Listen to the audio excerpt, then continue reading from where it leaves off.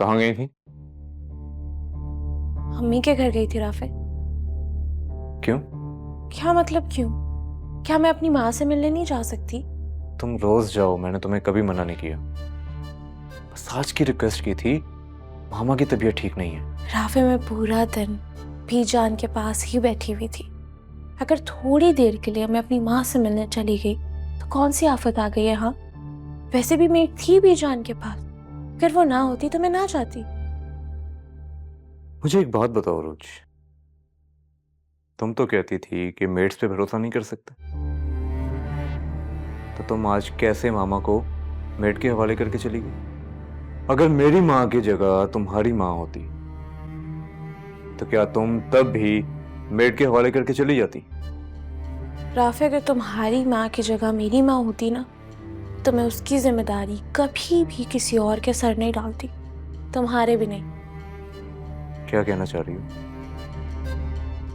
मैं सिर्फ ये कहना चाह रही हूँ राफे कि जिस दिल से माँ बाप की खिदमत सगी बेटी और सगा बेटा कर सकते हैं ना, उस दिल से कभी भी वो खिदमत बहू या दामाद नहीं कर सकते। पर वैसे मुझे एक बात समझ नहीं आती राफे, लोग माँ की खिदमत के लिए, घर के काम करने के लिए शादी क्यों करते हैं? मेरे कहने का मतलब है, अगर यही सब करवाना है शादी के बाद तो पैसे दे के एक नौकरानी रख लो ना। वो दिल से खिदमत करेगी क्योंकि उसे इस काम के पैसे भी मिल रहे होंगे और डर भी रहेगा मालिकों का। लेकिन ये बात तुम्हारी समझ में कभी भी नहीं आएगी। नहीं, क्यों नहीं आ रही है बात समझ में? सब समझ में आ रहा है मुझे।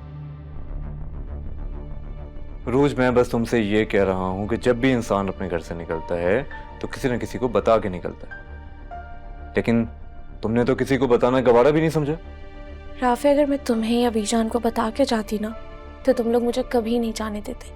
इसीलिए मैं बताए बगैर चली गई। और मुझे तो समझ नहीं आता ये घर है या कैद खाना। आते ही मुझसे सवाल जवाब शुरू कर दिया तुमने। तुम्हें सिर्फ बीजान की फिक्र है राफे, मेरी नहीं।